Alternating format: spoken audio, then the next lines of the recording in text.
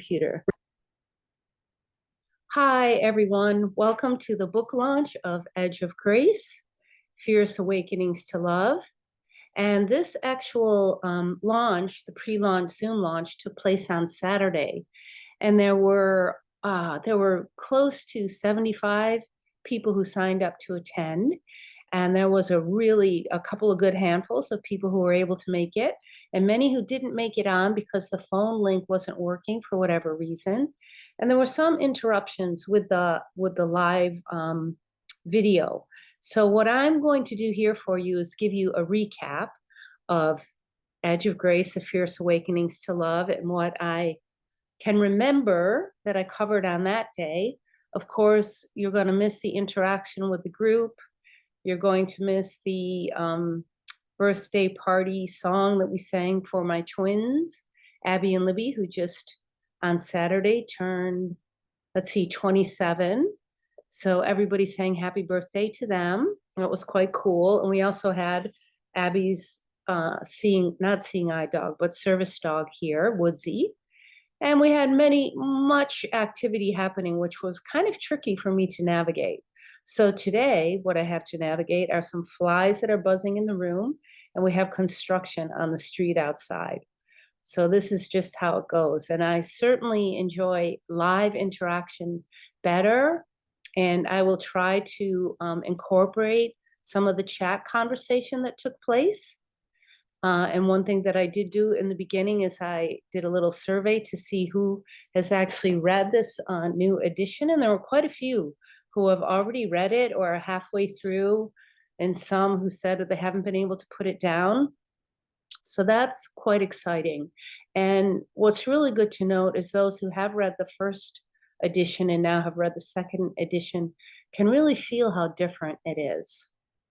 Now, to give an overview of the book is my book. It begins with soul purpose, and that is the guiding force of all of our lives.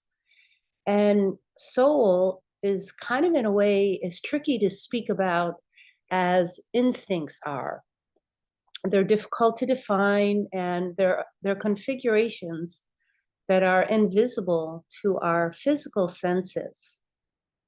So I think it is Jung who said that instinct is where our biology and our feelings touch each other. And soul is similar. It's a feeling, and every soul imprint is different. Spirit is different than soul. Spirit is unique to each and every one of us. We all have our own imprint. It's what we bring in here with us in this life. Do you see that fly? That's going to be annoying. So let us do a short little experiential meditation to kind of give you a feeling sense of soul and perhaps even of instinct. Because my book is really speaking to both. My work speaks to both. What guides us, and then what happens when our instincts are injured. How do we repair ruptures? How do we come out of silence, suppression? How do we join with those places that somehow we're shamed, denigrated, set aside, denied? That piece of us that loves to write or do art or dance or sing, all of the different ways in which the soul expresses itself, which may not always fit into the upper culture, right? But it's unique to us, and it's what feeds us, nourishes us in a really deep way. So if you want to, you can close your eyes. You don't have to. But let's take a moment to kind of sense into our own bodies. And I can feel on my skin this fly, which just Close your eyes if you like. Feel your feet on the floor. Feel how your chair supports you at the spine. Or maybe you're sitting in a bed or on the ground. But feel like how your hip carriage can hold you in a sense. And even when you know your hip carriage is there, you can let it relax so your sit bones settle even more on the ground beneath you. And let the breath descend all the way down through the legs to the feet. And notice that the breath is something that we can invite to deepen, and it also moves on its own. So for now, a gentle invitation for the breath to enter more fully in the body.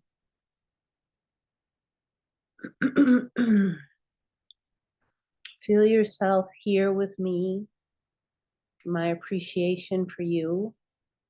So we're not alone in our journeys ever. And there's always an opportunity to allow yourself to be seen by another, whether it be reaching out, asking a question, just entering another space where there are other people. So for me, is a really vulnerable movement to put my story, my journey out into the world, to put it in writing and on paper. I realize that I'm taking you out of the experience for a moment, but I'm going with the flow of what's happening for me. So when I wrote my story the first time, I didn't really tell the full truth of it. I hadn't really been able to process it. I wasn't resourced enough. I was still moving from it. And in my next book, we'll see the archetypes of the feminine journey in a woman's life, all the different stages that a woman goes through, and how these can be injured or cultivated, like really be brought forth with rites of passage, or somehow be injured, neglected, and left behind and then therefore become shadow. So we will see that me putting my story out is a vulnerable act, but not a selfish one. It's one that I share with the intention of it being helpful for others to be able to give voice to their story, whether it be through writing, through art, through drama, through dance, all the different ways in which we can express ourselves so that we can rekindle the movement of our soul, so that we can feel the protective forces around our instincts. Because all of our instincts are from birth intact. There isn't anything wrong, just as our soul essence is pure. Yeah. So there is an opportunity and many possibilities to recultivate, reclaim, regain, re-engage with what is original to you and is safe to do so and feel safe to do so. So just in this meditation again, if you close your eyes for a moment again and feel yourself in your body. Now, if you were to place your hand on your arm like I am here, you don't have to look. Like I'm not looking at my arm, but I can feel it. And I know that there's more going on, much more going on beneath the surface of my touch. But if I didn't have sight, as my one daughter doesn't, her instincts are enlivened in a different way, her senses. And so she's curious in a very sharp way. So when we can't quite physically see something, but we know it's there, that's instinct, that's soul, something that you can't clearly define physically, but You know that it's there. And then as natural human beings, we're curious. So then we follow and we can unpack, what might be covering over, what might have been laid over on top of something in the way of conditioning, cultural conditioning, collective conditioning. There are many types of collective conditioning that are passed down from patriarchy, from family, from work culture, from the cosmetic industry, all of the different ways in which the markets are asking us to present ourselves. There's religion, spirituality. There are so many different types of collective conditioning. And it takes a willingness or a curiosity to uncover that and to feel more into what is raw and fresh and alive in you. So I'm going to shorten how much I read from a bonus chapter, which is what was the force that compelled me to rewrite my book, revise it in a more honest way, in a way that I feel and hope is more of a gift to other people who read it, that can be of service. And then I'm going to give you a little slide presentation about the archetypes, the feminine archetypes, and the stages of a woman's life. In everything that I speak about, I'm using the word woman, kind of get used to it. I heard Meryl Streep say the other day in a little video, she was in a room with 5 other men, maybe there were 4 men and 1 other woman, I'm not sure. So she was saying, there's a language for men. We actually have a language that gets learned, just kind of like Spanish, or French or something else. But there isn't a language for women, because our language has been written by men. Our books, if we go back historically, there's the dominant culture. And I have nothing against men. But here's the funny part that happened in that little video clip.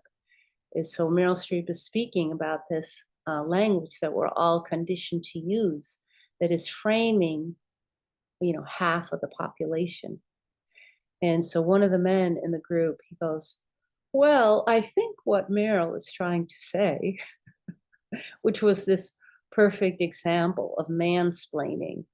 And it was a joke, and the whole room just burst out laughing, and Meryl almost fell out of her seat. So I thought that was really great.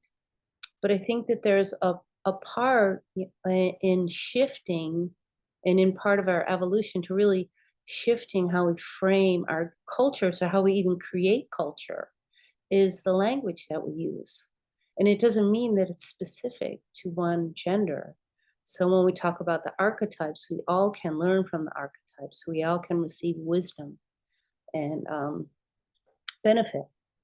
So I'm going to read a little bit of my story, and then I'm going to go into the slide presentation. And that's when I opened it up for more sharings, and people share it throughout. But you won't get that part right now. So when you're reading this, or when I'm reading this, and this fly is constantly coming in. Hello, my friend. So think about an experience maybe in your life that brought you to a similar place of stopping, of a full stop, and perhaps reevaluating how you got here. And this is what happens in this story. So my daughter Abby and I, 24 at the time, this is just 2 years ago, we were riding our tandem bike together, and we had been doing it daily for almost 2 months. It quickly became a trusted companion for our expeditions, boasting a sturdy frame, 3 wheels, wide seats that offer comfort to soak in the majestic splendor that surrounds us. Abby wears a helmet, and her feet are securely fastened to the pedals with customized foot straps that both give her a sense of stability as we pedal in unison. The trail before us unfolds like a ribbon of wonder, winding through lush greenery and meandering along a gentle stream. The sense of blooming wildflowers mingles with fresh air, filling our senses with the sweet fragrance of lavender and jasmine. Birds sing from the treetops, giving us a break from electronic noise. On this idyllic summer excursion, Abby and I revel in the simple joy of companionship and a shared adventure that isn't easy to accomplish given her physical limitations. But today, the world of disability and limitation fade away, leaving the rhythmic motion of our legs to propel us forward as we breathe deep. Each pedal stroke carries us forward further into the enchantment of nature, creating an indelible memory of blissful togetherness. Little did we know that our journey would soon take an unexpected turn, initiating a pivotal moment in our lives, specifically mine, but also hers. We near the end of our bike ride when I turn off the trail onto a paved neighborhood street lined with parked cars on either side. The street is relatively quiet and begins with a slight decline before it levels out ahead. Our tandem bike accelerates, and I pump the brakes to slow us down, but the brakes fail. The steering locks. We speed directly into a parked car. Instinctively, I slam down my left foot to stop our descent. We come to an immediate halt, barely an inch away from the car, averting a disaster that might have injured both of us. Miraculously, the bike did not crash or tip over. Despite Abby's complex mobility and vision challenges, she sprang off the back seat to assist me. She knew I was hurt. I held tight to the handlebars and struggled to steady myself on my right leg. My left leg trembled uncontrollably like a rattle. I needed to sit down before I collapsed. Fierce like a mother, Abby helped lower my shaken body to the curb. She stood next to me, holding my arm, yet her voice seemed far away as she repeatedly asked, "Mom, are you okay? Are you okay?" Finally, I responded, "I don't know. We need to call for help." I remembered that my cell phone was in the bike basket. I asked Abby to retrieve it for me. She dialed Lori, Libby's nurse, who was just a few blocks away, caring for her twin sister. Lori arrived shortly after, leaving Libby in the care of our housemate. With stern focus, she evaluated the situation and managed to maneuver me into the front seat of her van, while Abby climbed into the back seat. An onlooking neighbor who we didn't know noticed our predicament and kindly offered to attend to our bike. Despite the severity of the accident, I hesitated before going to the emergency room. It was late at night, and my primary concern was Abby, who was set to perform a duet with her dance teacher in a recital the following day. I didn't want her to lose sleep, worrying about me and potentially feel off balance for her coveted moment in the spotlight. Throughout the night, I didn't experience physical pain in my leg, but persistent swelling and anxious thoughts disrupted my sleep. The following morning, a massive hematoma the size of a watermelon was formed on my leg, enormous and heavy. I couldn't lift my leg. The thought of being paralyzed or going to the emergency room weighed on me like a boulder. With great reluctance, I called 911 for an ambulance. I feared that attempting to move without a team to lift me onto a stretcher might worsen the injury. This, coupled with the ongoing care of my already compromised life of caring for my twins with disabilities, was inconceivable. The prospect of further limitations terrified me. Within minutes, several emergency vehicles, including a fire truck, arrived. First responders barged through our front door and crowded into our living room as if racing to extinguish a fire. Their swift arrival seemed rather excessive and triggered a mixture of emotions: laughter, dread, fear, and tears. The paramedics carried me into the ambulance on a stretcher. Two of them checked my vitals as sirens wailed through town en route to the hospital. Once there, I was transferred from one gurney to another. All was progressing smoothly until a paramedic accidentally dropped my engorged leg, sending excruciating pain through my body and evoking a blood-curdling scream, a level of agony I did not know was possible.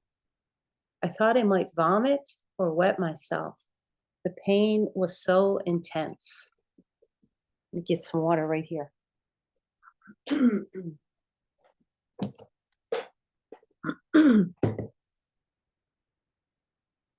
Apologizing profusely, the paramedic readjusted my leg.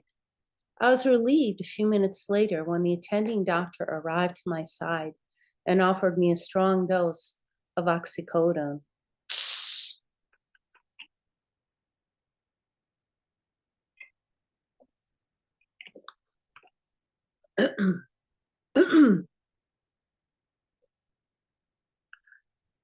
I recognized this doctor. He was the attending physician in the OR the previous month when I brought Libby, Abby's twin, in for urgent care. Libby is incontinent and often experiences muscle spasticity.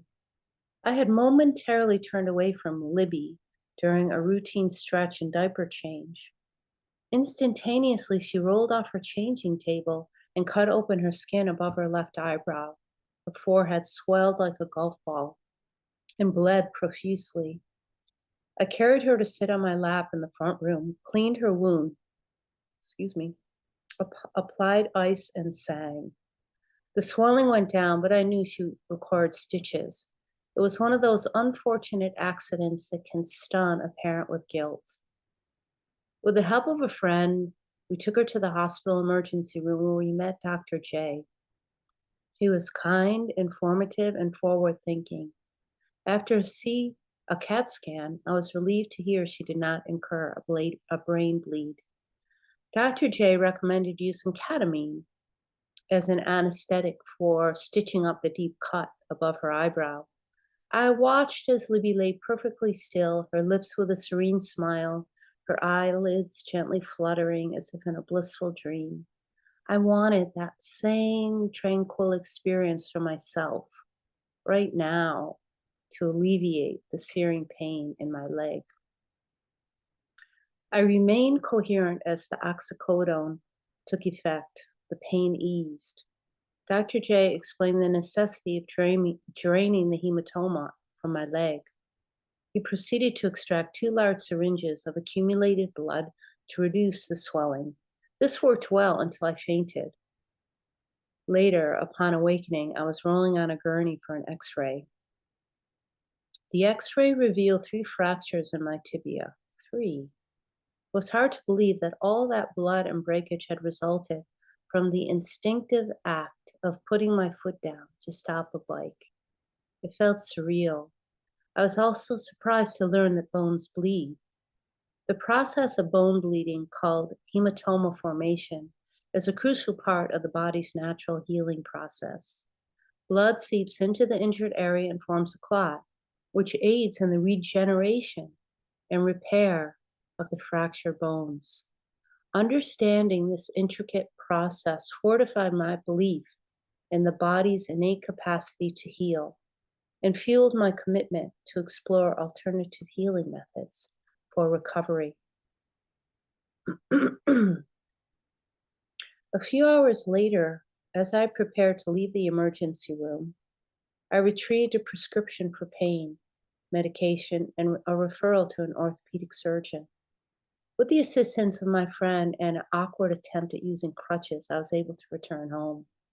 Thankfully, I had a trusted team of caregivers swooping in for extended shifts to assist with the minutiae of life with disabled young adults. Our home team is a lifeline for me, one that I don't take for granted. Without them, I would not be able to have a life separate from my children. In all my years of single parenting, I've never been one to lounge or nap. I've always been rather self reliant, not particularly skilled at rest, not well trained in asking for help. As we get into the archetypes, you'll see that all of this is a part of an injured instinct. And so I'm kind of spelling it out here, but you have to like take your own journey and see how this might relate to you. This accident forced a full stop. Initially, I didn't embrace my fate as I learned to navigate on crutches. I saw this as an opportunity to review my life. The limitations I faced led me to question, how did I arrive here? Temporarily disabled, with two young adults disabled and fully dependent upon me. What the fuck happened? My self reliant persona crumbled beneath the sheets, initiating a journey I did not anticipate. I opted not to fill the pain medication, instead, chose a course of Chinese medicine herbs, acupuncture, massage, and icing. I needed all of my mental, emotional, and spiritual capacities to navigate the course ahead.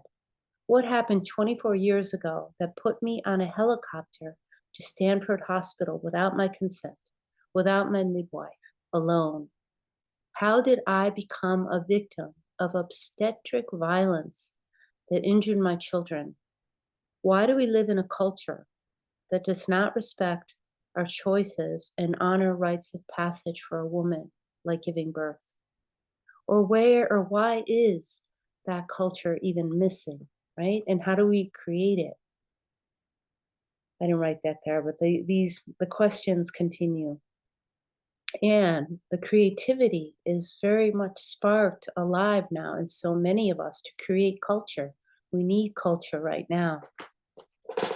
I had fallen into a cauldron of transmuting fire that would not chill until I understood how I was coerced, how crimes like this happen every day, a trajectory that led us in need of constant support.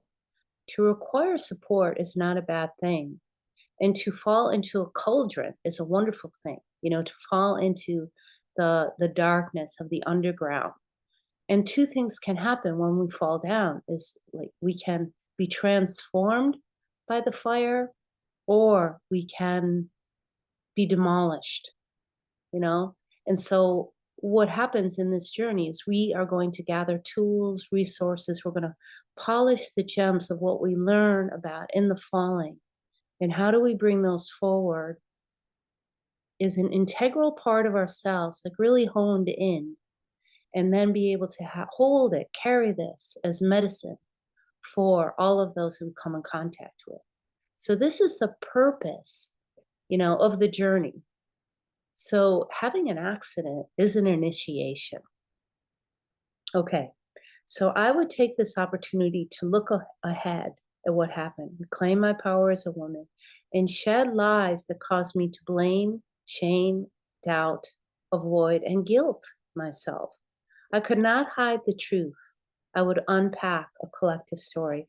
I would take back the deep trust I had in my body that allowed me to have an ecstatic, natural home birth with my first child, where all of my instincts, already I had done so much healing. Everything was intact again, free of obstetric interventions.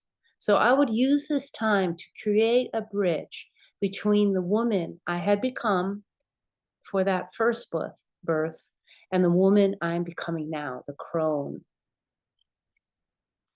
After a week of reckoning with my broken leg and my reluctance toward Western medical interventions, I decided to see the orthopedic surgeon. I bent over with a heavy sigh as he confidently told me surgery was inevitable. Apparently, my tibia pressed into my knee and required to be pushed back down and fastened together with screws. I flinched at the thought of laying on an operating table at the mercy of a man in a white jacket. A week later, I hobbled on crutches through the clinic door. A stack of paperwork awaited me, including various consent forms. I skimmed to the section labeled optional. I did not check it, but while I was half naked on the surgery table, the medical assistant bent over me and said, "You need to check this box." I crossed my arms. I read optional, which to me means not required. Why would I need equipment vendors watching while I'm sedated and being operated on? Now, these are questions that all of us sometimes shy away from asking, especially when we're facing, um, when there's a discrepancy in power within a medical institution or anything else. Yeah. So I felt an urge to dart. Now, that was an old trauma response, flee, right? Get out of here. So this is what happened. "I will have Dr. S speak with you before the procedure to explain," she said softly, as if placing a finger over her lips to hush me, like he or she is corroborating with the authority. Yeah. Hushing me. She is a woman and she's kind of complicit to this procedure, this way of being with a patient. So the anesthesiologist then came and stood over me, eyebrows drawn together. "You need to check this box or you won't be able to have surgery." So is that coercion? Is that bullying? Is that a threat? I lifted myself up. What happened to optional? The walls in the room tightened. My heartbeat quickened.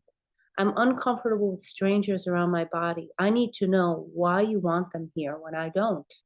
My armpits burned, my nostrils flared. I felt alone, vulnerable, and bullied. "I want to speak to the surgeon. I have not consented."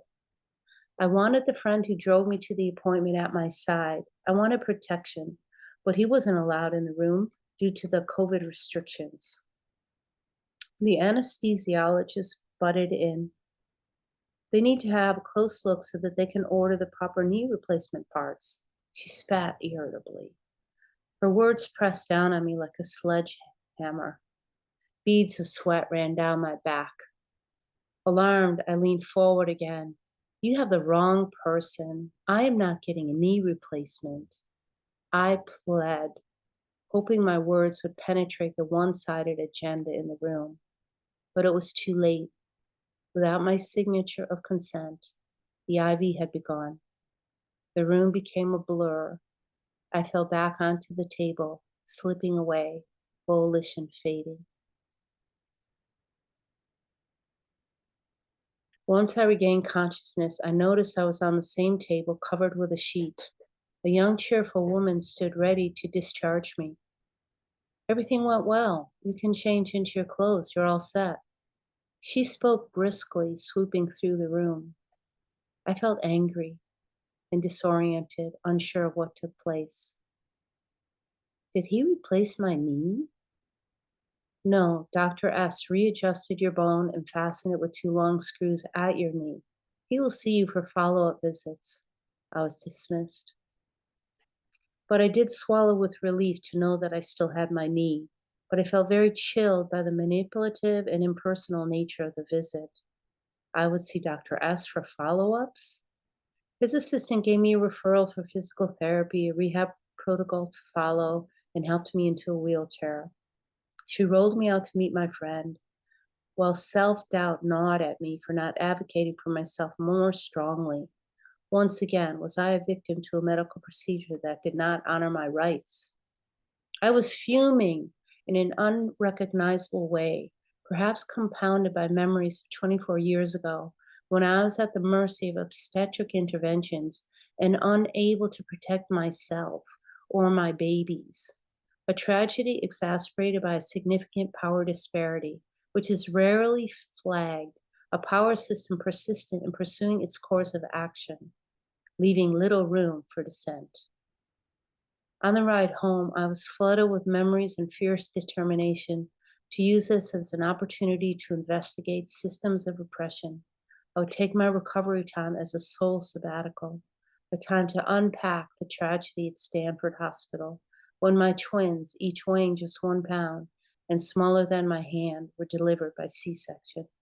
I needed to understand why my voice was not heard, my request disregarded, and my babies left significantly disabled for life. This experience began to show me that I was not wrong. The system is. A systemic abuse that had profound repercussions, shattered significant relationships, altered my career, alienated my family to the margins of life, and placed us in a state of dreadful social and emotional need. I wondered how many others had similar experiences. Well, I can tell you right now that there are many, many, many. I sat in the back seat of the car, my leg held by a temporary brace, deep in contemplation. A trance of worthiness enveloped me, announcing, "You deserve to know what happened and why, not only for yourself, but for your daughters and for women anywhere. You are not at fault." My friend turned to me and asked, "How did it go?" I pressed my lips together and swore under my breath. As good as can be expected given our medical system. I paused for a while.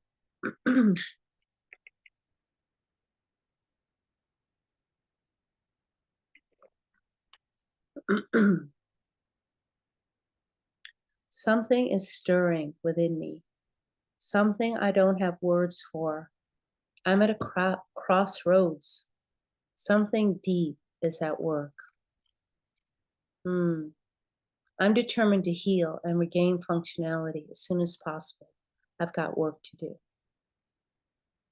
In the aftermath of the procedure, I couldn't shake the realization that questioning any aspect of the day would pit me against a powerful medical institution. Who would believe the account of a woman on state medical insurance, especially in the absence of unbiased witnesses?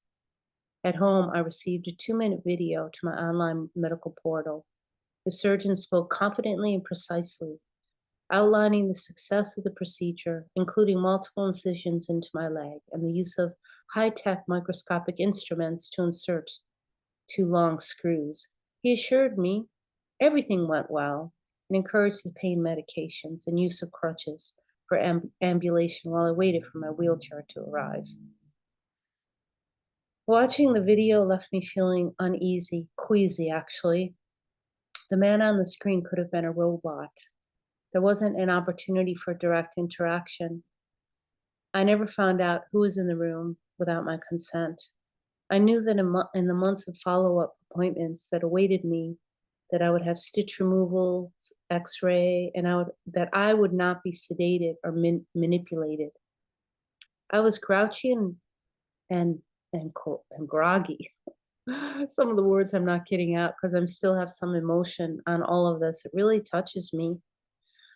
I was grouchy and crouchy and crotchy from the anesthetic. My research showed the medications prescribed were potent narcotics with multiple side effects. I didn't feel them. Abby and Libby's caregivers understood I needed to rest, and they worked additional hours to support my healing. In 2 days, my Chinese herbs and homeopathic medicine were helping. The swelling from the surgery significantly reduced. My mood lifted, and I was happy to have my girls visit with me in my bedroom. I didn't experience pain until I attempted using crutches. I naively thought it would be a breeze. Oh, how wrong I was. It's anything but easy to use crutches. It demands the use of muscles rarely engaged. Despite the agonizing protests from my deltoids, I began practicing on the sidewalks near my home, cautiously venturing out with my cell phone in case I tuckered out. Each day, I pushed my limits a bit further while keeping up with my physical therapy exercises. I set a goal to traverse the scenic 10-block journey from my house to the ocean and back with minimal discomfort. With diligent effort, I reached my goal in just 3 weeks post-surgery. Standing at the coast with the salty air filling my lungs and the rhythmic waves splashing cold seaweed against my warm, sweaty body, I felt invigorated with fresh optimism. This success gave me the strength I needed to pierce the unresolved feelings that I bypassed with busyness around the consequences of my twins' birth. Bed rest afforded me time to write, Unable to bend my knee, I placed my laptop on my lap and began. When I wrote my memoir the first time, I tiptoed around the actual facts. I didn't speak about it perhaps because I was embarrassed. The only time I ever really spoke about it to a group of people was just 2 years ago when I facilitated a retreat on crutches in Germany. Some of you on the call were there, and some of you listening to this may remember that. And it's the first time, like I was in the midst of doing this rewriting, and I shared publicly with this group of people. And maybe that's why I didn't share before, because once I started, I couldn't contain the emotion of it. So much emotion of grief and loss and injustice and unfairness and the ongoing consequences that were left for me to attend to ongoingly. So all of it came out. But in the sharing of that, it was so healing for me, and to be held by the group and to be okay with that, knowing that I was the facilitator who could also take that place in the center of the circle and let myself be really seen and speak my story and be held in the circle. It was powerful. And it reminded me of why I do the work I do on retreats. And it's like the retreats that we create together, we're creating culture. We're creating this opportunity for people to be held and to be witnessed. And I can hold big emotions. I can hold big states. And I do this over and over again. There's very little that comes to me on these retreats or in any other way that I shy away from anymore. And perhaps in this journey with my daughters and the profundity of the depth of this injury to the instinct and to this mechanism that we all have within us to protect, to want to protect and to be protected and to feel safe, and how this is so necessary to cultivate and hold with sensitivity and tenderness and care, and to create safe circles for others. So I'm so passionate about this, and I'm thankful to all the people who were on that particular retreat and let me share my story and received me so well. So that was a big part. And then also during this time, first time I published it, I just wanted to move on. I wanted to be normal again. And I'm going to read a little bit about normal soon from Women Who Run with the Wolves. But during this full stop from regular activities, I became a podcast junkie. One of my favorites became Breaking Down Patriarchy, because they did a book study of throughout the history of women, like a particular author who was a historian or a anthropologist or just focused on women's issues and psychology. And each week we'd study a different book, and it was so powerful. So I just consumed all of these books. I listened to women speak about hard times, injustice, how they moved on or didn't. And I also battled with these inner voices that told me, get over it. What is done is done. Just be done. And I heard Jane Fonda on a podcast say, in order to move forward, you have to go backward to understand where you have been so you can do it differently and not make the same mistakes. And there's so much truth in that, to go backwards so you can go forward and do it differently. We do this all the time on retreat. And also it's a Zen thing, the backward step, to step back into yourself. It's this kind of really inquiring into your own conditioning, your layering, your how you've been put together, and what has been modified that is instinctual to you, and how can you reclaim that. So this resonated with me and reminded me of my early days in therapy and recovery. And even though I was active in the women's movement, so I can probably skip some of this just to say that I wrote, I revised, and I revised, and I revised. And I went through times of feeling gravely discouraged. One of my editors told me, you can't say that without documentation. And I sat with that, and I saw that that was something that happens to all of us, where we can be unaware of our unconscious loyalty to patriarchal authority. And like if a man doesn't say it or hasn't said it first, it's not all right for you to say it as a woman. And so I really kind of was like, okay, that's bullshit. I will not be silenced. I can say what I want to say because it's true and it's my lived experience. And then I had this other editor who was just amazing, and I hope you listen to this. But she always loved my writing. She said, she looked forward to my writing. She said, you are speaking the truth of so many women. She was constantly spurring me on. So I wrote long after my leg was healed. And now I'm, moving into my next book, which is more about the how we heal these injured instincts and we move through the different stages of a woman's life. So I saw the feminine archetypes appearing all throughout my journey. They were always there, fortifying me to continue this inner work and share this story for others to do the same. The bridge was forming between my inner and my outer life. I could live in both and in the middle, in the liminal. I discovered all the ways I fought hard to fix my children, change our life, and pretend that we were fine. The way I tried to fit into professional circles that I could not keep up with any longer, that I didn't fit into. The huge rupture that alienated me as if I had failed and done so many things wrong faded every time I wrote. All the times I moved just to find cures, constantly disrupting the communities we worked so hard to belong to.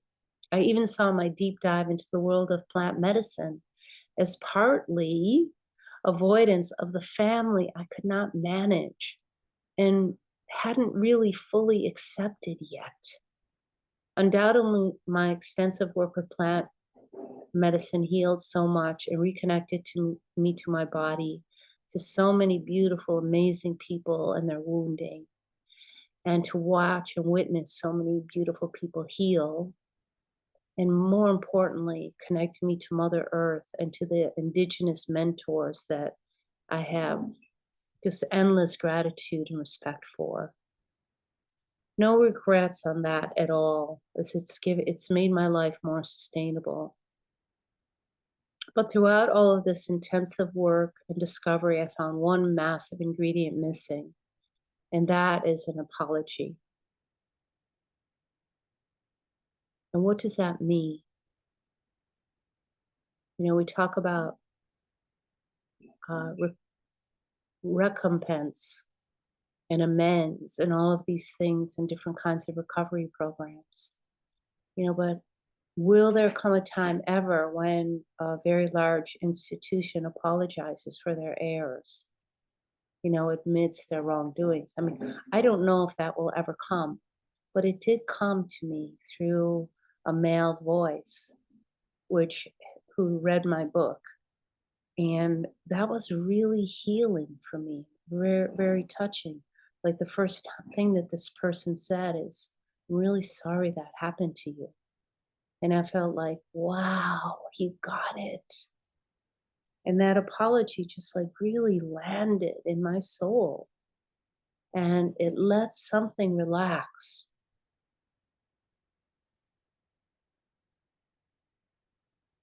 It really did. So sometimes, and it felt authentic, so because we often apologize to people for what has happened to them, but it needs to come from this really rich, authentic place. Now, sometimes an apology isn't, exactly what's needed. Sometimes just a listening is, a holding, a receiving somebody's story, and it can make a huge, huge, huge difference. Sometimes an apology can come too quick because a person is in the midst of feeling so much. So that will be spoken about more in the next book.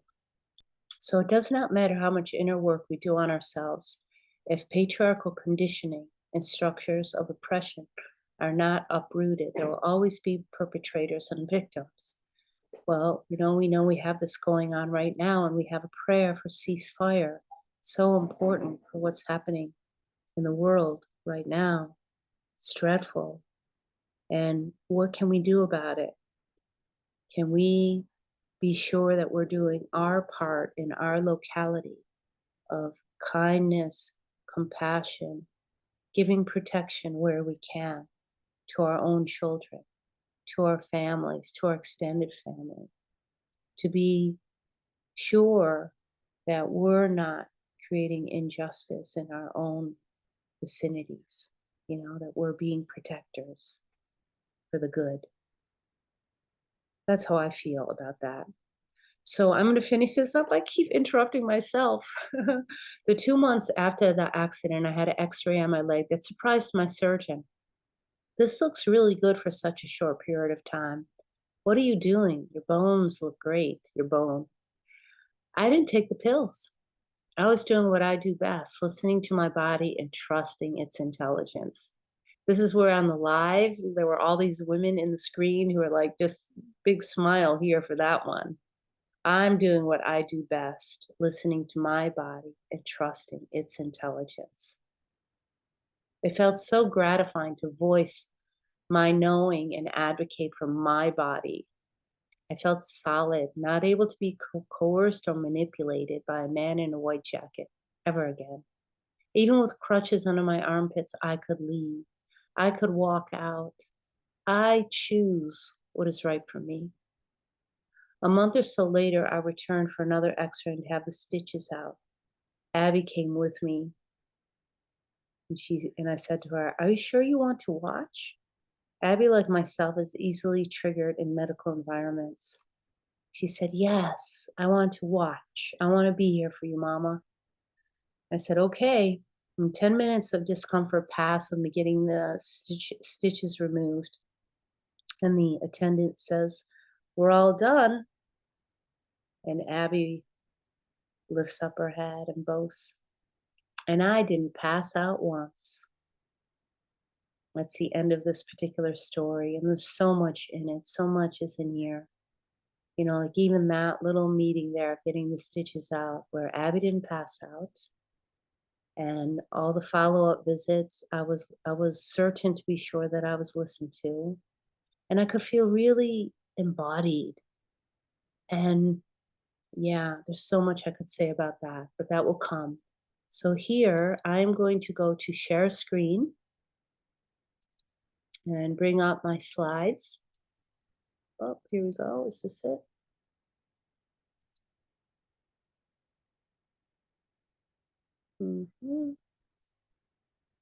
Present. Number one. Okay. So the chapter that I wrote, just my first story to my next piece of work, which I have been doing. Many of you have been to my women's courses where we do a lot of journeying around the archetypes and the seasons of a woman's life.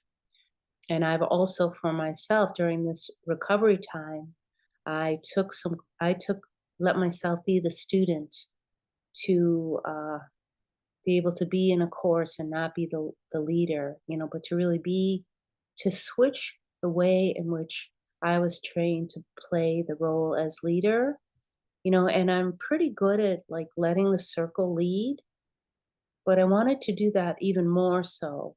And so to be in a circle, I was with a group of the Made into Mother journey, and then now my job is to do the Made into Mother to Virgin Crone journey, and you'll see, we're getting there. So this is the journey, and the next is all of these seasons are not exactly sequential, linear. They're sequential in that they all follow each other, but it doesn't mean that all the possibilities of one phase happen while you're biologically at that age or even reproductively at that age. It doesn't mean that that's the case, but we have these endless opportunities to recycle back because these seasons move with the seasons. The maiden is spring, the mother is summer, virgin is autumn, crone is winter, and these also align with the phases of the moon. So every time we cycle through the phases of the moon, we cycle through the seasons of a woman's life. We cycle through the archetypes, and this is why like women are, we're multi-dimensional. We're not linear. You can't like just say, okay, you frame a particular woman in a particular way and fixate on that sense of identity for her. It's just never like that. We're much more mysterious. There's so much more going on beneath what you see on the surface or the biological, chronological age of a woman's life. That really says very little. So next we will go, come on, why are these other things in the way? Here we go. Ah, all right. So then in the maiden phase, she's entering fertility. The mother is very fertile, whether she's going to have children or not. You can be very fertile in the sense of creative projects of writing, of art, of storytelling, of dance, of theater, of just big projects, a new work adventure. All kinds of things can be happening that have to do with fertility, creativity. And then the virgin is waning fertility. She's quieting down. She's going a little more inside of herself. We're going to speak about the virgin a bit more. And then the crone, she is in her winter. She is post-fertile. I don't know if that's happening for you, but that's crone, winter, and she's postmenopausal. So we'll speak a little bit about the maiden and her virtue. All of the different phases have virtue, a strength and a vice, something that can be, that is there also for a reason and can be repaired, can be strengthened. But to start out with the maiden, her virtue is she's open. She's exceedingly open to possibilities. You see this in our young women. And it's important that they have this and not to have it snatched away from them, which is a concern right now with the media, because we need to give our youth reasons to want to see possibility. We want to give them possibilities. We want to inoculate, in a sense, their innocence. We want to protect their innocence. We want to give them the fuel, the energy, the support they need to explore all the different realms of life in a way that is safe. Yeah, and they're looking for their elders for this now, because some places that we look, the youth are looking, and all of us are looking. It's not a pretty scene. So we're all being called to represent possibility. And the vice is that with all of this energy and openness, there's a lack of discernment. They can be overly trusting. We can at this phase, unprotected, unaware of the power of our emergent sexuality. When there are predators all around, this is part of culture. And this has a lot to do with women, young women, again, needing healthy mothers as protectors, needing crones and elders as protectors to help them to value their sexuality as sacred, not to shame or put it underground in any way, because this is like their wildness, and it needs to be able to have expression, and it is powerful. And then on the other end of this, women can be arrested here in the maiden phase through injury, cultural imprints, the collective imprints, misplaced loyalty in the patriarchy and the male voice, and very misinformed and with a lack of resources. So you see this in older women who are still dressing like a teenager, with the skimpy pants with the butt, hanging out. I mean, there's nothing wrong with showing your body, but when is it appropriate, and when is it in good taste, and when does it represent your age, and when is it not confusing, like who you actually are to yourself? And then the virtue of the mother is she has begun to listen inside, to know what she needs, and to develop a sense of an inner authority and empowered wisdom. She by this time has a great deal of lived experience, Perhaps she's educated and aware of patriarchal structures, especially these days because there's more information. And patriarchal structures are collapsing to a degree, but there's not always a great discernment around where the danger is. So, but the mother, she is orienting differently to her own body and to her life. She is in this creative phase of forming a nest, creating a nest, and whether it be for her children or for her art or for whatever form of creativity it is that she is interested in. This nesting is really important to her. Like I out back, I have what I call my women's cave, and we need this. We need this time of, to be able to be in and to be able to then come back again, because mothering, and my mothering has continued now for how long? 29 years. My oldest one will be 29 next month, and many older women are also grandparents. So you need this time of, an inner nest so you can attend to the outer nest. Now, the vice in this can be disoriented now that the personal needs have become clear, but there are limits. There will always be limits to our availability. So we can become paralyzed by the split between mother and sexual partners. For example, I remember I was nursing 3 babies at one time, and my partner and I hadn't separated quite yet. We weren't really very well together either, but I couldn't imagine anyone else, sharing my body with anybody else. It just was not a possibility. And this is what happens in when you become a mother, or when you're consumed by something else and you know that this is what you need to be doing at this time. There isn't really energy to part from that. And sometimes we don't have a choice though, but we have to. We have to attend to the children. We have to do the dishes. We have to do the laundry. We have to pay the bills. We have to do all of these things. So motherhood for many of us then becomes our spiritual practice or parenthood, whatever you want to call it.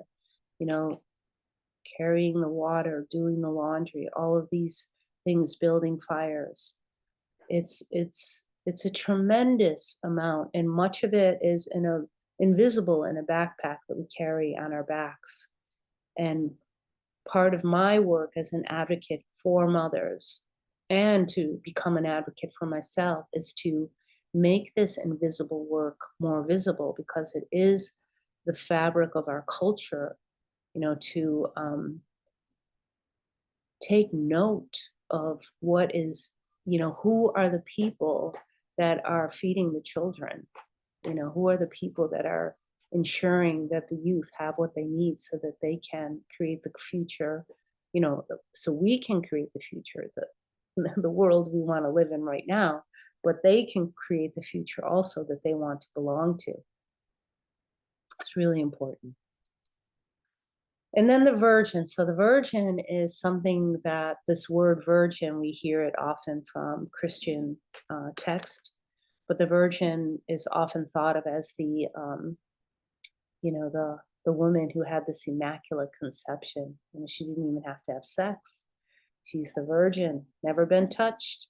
But this is not at all what we're talking about, because on the other side of the virgin, of course, is the whore, is the Mary who is the whore, who has no, actually that's a whole different story. I'm not going to go into that, but the virgin that we're speaking about here, she lives in the balance between these cultural frames of reference about a woman and her sexuality. On this one side is purity culture, and on the other side is the porn culture. And there isn't anything wrong with sexuality at all. So the virgin is here in the middle, and she has embodied her sexuality and her self-love. And she is a woman who is whole unto herself. She has no shame. She doesn't have to please anyone. She's non-apologetic. She's self-assured. She has grown beyond this frame of being polite and pleasing and perfecting like her appearance.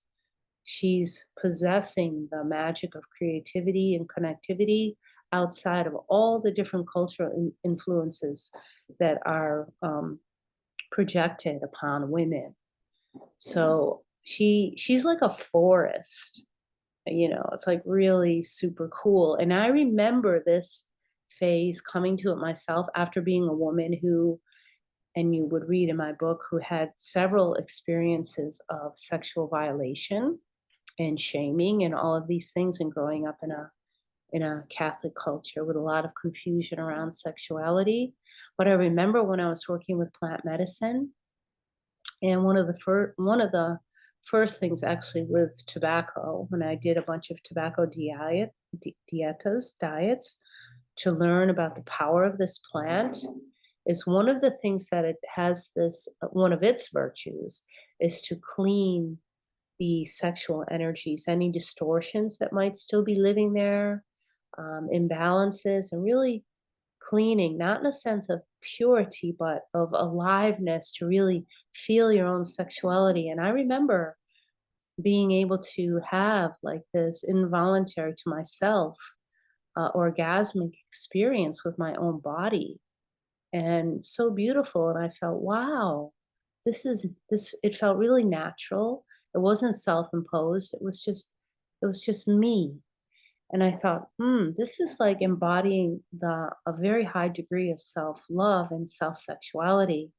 And that is an important phase for all of us to have. And we can, like I said before, we cycle through these over and over again. So if we don't get it first time around, it will come around again.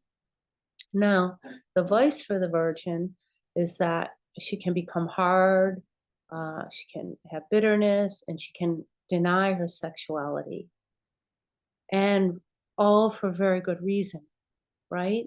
So then what we have to ask the question, will she explore what her sexuality actually is outside of procreation? If that, she's past that, not able, and if she learned that this is what my purpose is, to only procreate, can she explore that there's much more to a woman than making babies? And she has this power to live in liminal spaces between, what is considered the immaculate and the whore. And she's like really free in this embodied self-love. And then we have Take Back the Crone. This is the phase that I'm most interested now, as I'm in this phase myself, for sure. I have been for a while. It was happening while I was writing this book. It was an initiation into Crondom. And the virtue here is the crone. She is the culmination of all the archetypes and stages that have gone before, and that she will continue to cycle through. She has an erotic connection with the more than human world of discovery. And she is a shapeshifter. She can shapeshift from her center and from the ground up. She's centered in herself, but she doesn't need to be centered. She doesn't need to be the center of attention. In fact, she has no interest whatsoever in it. But she's rooted from the ground up. She's the cauldron, the transmuting fire that destroys life, death, and births again. So she's that transmuting fire that transforms. She's forever transforming, right? And her vice is that she corroborates with invisibility. That is part of the collective culture of aging women. She devalues her lived experience. She goes into resignation. She's unresourced to reclaim and heal the fractures from earlier stages. And she clings to the commercialized identities of women that you see in celebrity culture. Not all anymore, which is great to see, but the cosmetic surgeries. And I'm not judging that. And if a person feels called to do any of these things, it's really fine. But to feel like you have to, that your value is based upon your appearance, and I like to say that the virtue of the crone is that with every wrinkle, and every, I have brown spots now, and I remember my mother had those. These are badges and these are marks of not only beauty, but of honor and of wisdom. And with every line, tells a story. Every wrinkle has a song to share. This is really quite something when we can, reframe and reclaim and look into our aging as this. I want to I have two more things to do and I don't want to forget. I have a poem that I want to read, share. It's very short, and I promised that I would really step into crone, and there's so much about the crone, but she is also the La Loba. She is very connected to wolves. She loves wolves, and she's often referred to as La Loba, who is also La Sebe, which is the wise woman, the one who knows. And you will find her in many places. You'll find her out on the highway with a backpack, with all these, wood and everything in it. She's going off into the woods to set a fire. You'll see her in the desert. You might even run into her in the marketplace, collecting different things to cook. You will see her in the supermarket, the marketplace, walking along the street. But most often, more than anywhere else besides the mountains, you'll see her in the desert. And I'm going to actually close this because I think I'm done. Let me see. Ah, yeah. Well, this relates to it. Let me just read. I'm going to go back to the La Loba. If you want to go fast, go alone. If you want to go far, go together. And I'm going to stop sharing screen. This is Abby, this is Autumn, and this is me when we were traveling in South America. So La Loba, she is the one who waits. She's very patient to a degree. She can also be incredibly feisty, but she likes to gather the bones. She collects the bones. So you find her in the desert. Like I said, she loves wolves. So she's traveling along and she's collecting all of these different bones, and she'll start to line them up until she can create the formation of the spine of a wolf. She's very familiar with wolves, so she knows what it looks like. And she'll put all of these bones in place of the vertebrae and the spine. And then in the end, in the very end, she has the tailbone, which is where the tail originates. And so when she has all of these bones in line and she's there in the desert, she'll begin to sing over the bones. Yeah, yeah, yeah, yeah, yeah, yeah, yeah, yeah.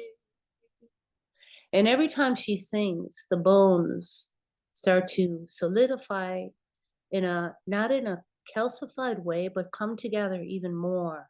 The joints and the ligaments, and she sings again.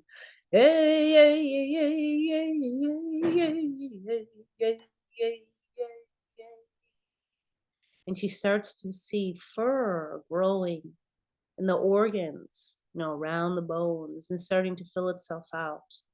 And more fur, and she sings some more. Hey, hey, hey, hey, hey, hey, hey, hey, hey, hey, hey, hey. And the fur is getting really full, and she sees the head and the long snout, and she sees the tail, and then she sings some more, and the tail starts to dance a little bit there, and the body starts to pick up, and she starts to sing over it more and more, and soon she doesn't know if it's the sunlight that hits the furry creature just right on, or if it's the moonlight that is still waning into a full moon, the sun setting or the full moon rising. She doesn't know which it is, but there soon she sees this wolf. It starts to run and she continues to sing, and soon, before you know it, she hears laughter, and then she sees dancing. And this wolf becomes a dancing woman singing wildly. She has recovered. She has the fractured bones. With the help of the loba, the crone, the wise woman who sits and waits patiently. She has become the wild woman once again. All of her parts in place, all of her songs have returned, her instincts intact. She is protected by the cook fire of all the women around her. She is intact, her instinct restored. And this is the journey of the feminine archetype of the soul, to gather the bones, to recover the injured parts, to reclaim your instincts. And this is what my work is all about. So I'm still going to read a poem, but do not forget, if you haven't picked it up yet, you can get it through my website, the ebook. We're just resorting things now that the advanced reader phase is over. And this will be is available now at Bookshop Santa Cruz, and it will be available everywhere bookstores. Books are sold. And but you can get it through my website and through us directly, which would be great, the ebook version. And remember to submit your review on Amazon. This really helps so much for more people to find the book. Yeah, and I have mixed feelings about Amazon, but in the meantime, I'm asking people to do that, and I appreciate your reviews so very, very much. Now let's see if there's anything else that I have missed. And we've gone a little bit over an hour, so that's not bad. That's what happened on the other day as well. But I will say that there were questions, several questions that came up from my reading and from my sharing.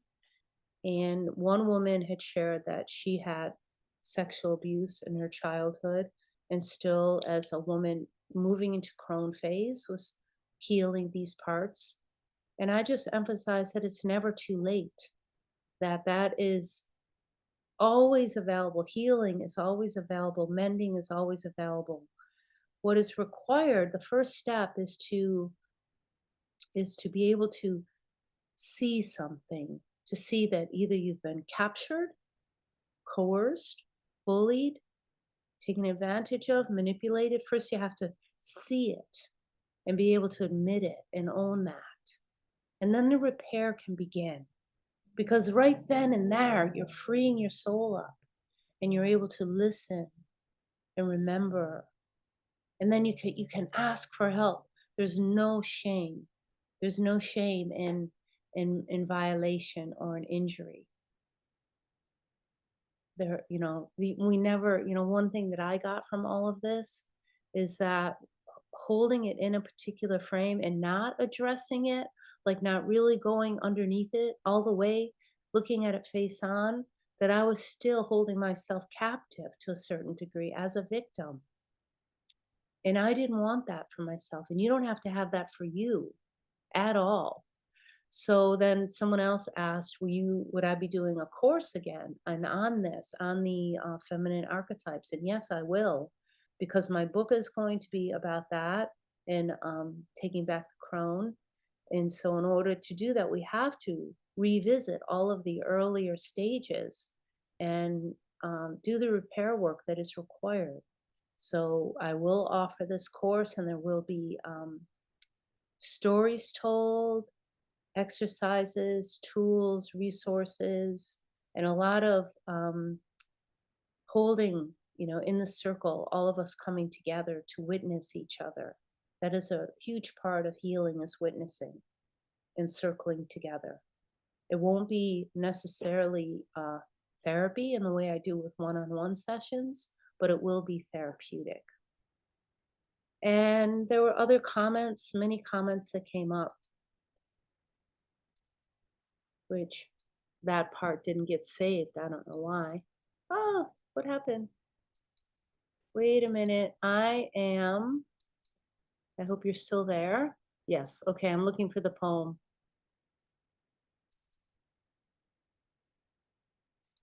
Okay. So I'm going to end with this poem. And this poem is by David White. And I know many of you are familiar with David Whyte's work. It's beautiful. I draw upon it often. All right, so this is such a powerful poem in many ways because I think all of us can relate to this sense of not feeling enough or getting to a place of admitting finally enough. Like even with this book, I had to come to a place and say, it's enough. It's good enough already. Like I don't have to wait for perfection, just release it. So this poem says, enough. These few words are enough. If not these words, this breath. If not this breath, this sitting here. This opening to new life. We have refused again and again until now. Until now. I want to read that again. Enough. These few words are enough. If not these words, this breath. If not this breath, this sitting here. This opening to the life we have refused again and again until now. Until now. So this is the conclusion, the end of my online book launch. Maybe there will be others and invitations to podcasts and things like that. But if there's something as you read my book and you want to ask me a question or comment about anything or something in you is triggered, just know I'm here for that. You know, I'm available to help process or integrate anything that it may connect to in your life, open up in your life. You know, that is the purpose of a good book, is for it to open us to something that maybe we've been shut down, maybe we've refused, as he says in the poem, you know, until reading this book. So I'm here, and my retreats are a beautiful, wonderful, sacred hoop to be able to be witnessed and seen and to come forth and perhaps share something that you haven't shared before in my courses. Yeah. So let's take a breath together. And thank you so much for tuning in. I appreciate the support so much. And I was really happy for those who were able to show up live. It was really great. Thank you so much.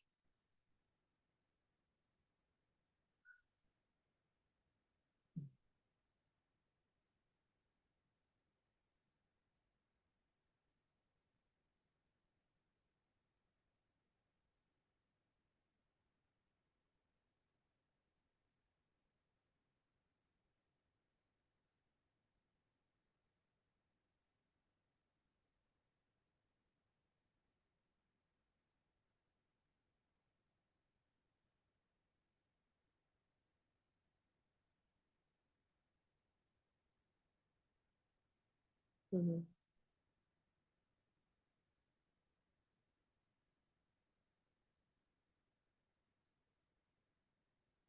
Take good care.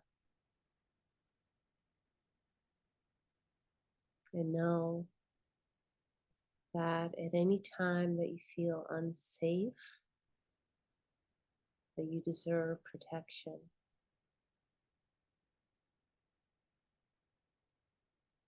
And our protection, our safety begins with us, whether that mean we ask for help or we sink into our bodies and allow our nervous system to regulate itself. And we listen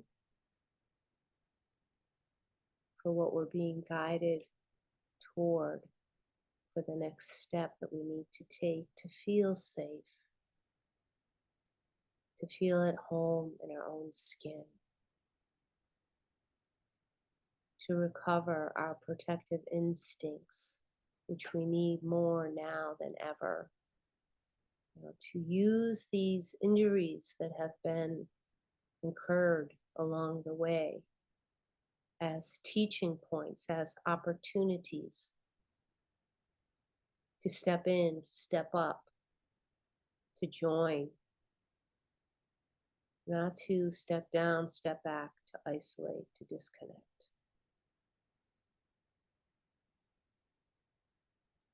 Yeah.